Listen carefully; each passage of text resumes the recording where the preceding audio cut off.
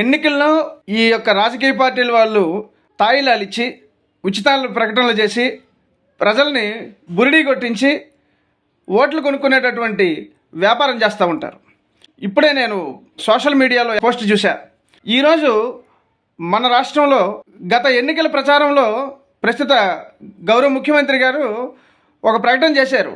మీరు ఏ విధంగా ఎక్కడ కూడా మహిళలంతా కూడా బస్సుల్లో ప్రయాణం చేస్తే ఎవరైనా టికెట్ అడిగితే ఈ వీడియో చూపించండి, మన పేరు చెప్పండి అంటూ దాన్నే ఈరోజు వాళ్ళు ఓ వీడియో తీసి ఆ వీడియోనే కండక్టర్కి చూపించే విధానం ఏదైతే ఉందో చాలా మంచి పరిణామంగా నేను భావిస్తూ ఉన్నాం. ఎందుకంటే ప్రజల్లోని ఈ విధమైనటువంటి తిరుగుబాటు రావాలి. ఈరోజు ఈ యొక్క పాలక పార్టీల వాళ్ళు వాళ్ళ పేర్లు పెట్టుకొని ఉచితాలను ఇస్తున్నటువంటి పరిస్థితి. వాళ్ళ ఇంట్లో డబ్బు ఇవ్వట్లేదు. మనం కడుతున్నటువంటి ట్యాక్సులు, ప్రజల నుంచి వసూలు చేస్తున్నటువంటి ట్యాక్సుల రూపేణ ఇంకో రూపేణ వసూలు చేస్తున్నటువంటి డబ్బునే కదా మీరు ఇస్తున్నది.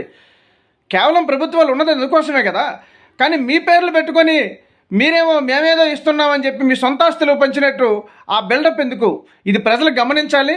ఈ విధంగా బుద్ధి చెప్పాలి ఈ పాలక పార్టీల వాళ్ళకి అని చెప్పేసి ఈ వీడియో ద్వారా తెలుస్తూ ఉంది. ఈ సమాజంలో ఇలాంటి మార్పు రావాలి, మా అందరిలో కూడా ఇలాంటి మార్పు రావాలి, ఇలాంటి తిరుగుబాటు రావాలి అని చెప్పి నేను మనస్ఫూర్తిగా కోరుకుంటా ఉన్నా. చాలా సంతోషంగా అనిపించింది ఆ వీడియో చూసి. అందరిలో మనం ఇలాంటి మార్పును తీసుకురావాలని చెప్పి ఈ వీడియోని వీలైనంత వరకు పంపించి అందరం కూడా ఇలాంటి మార్పును తీసుకొద్దాం.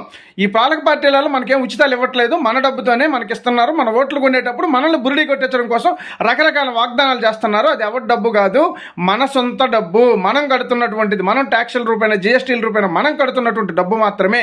ఇది మనం గమనించుకోవాలి, ఇది మనం గుర్తుంచుకోవాలి.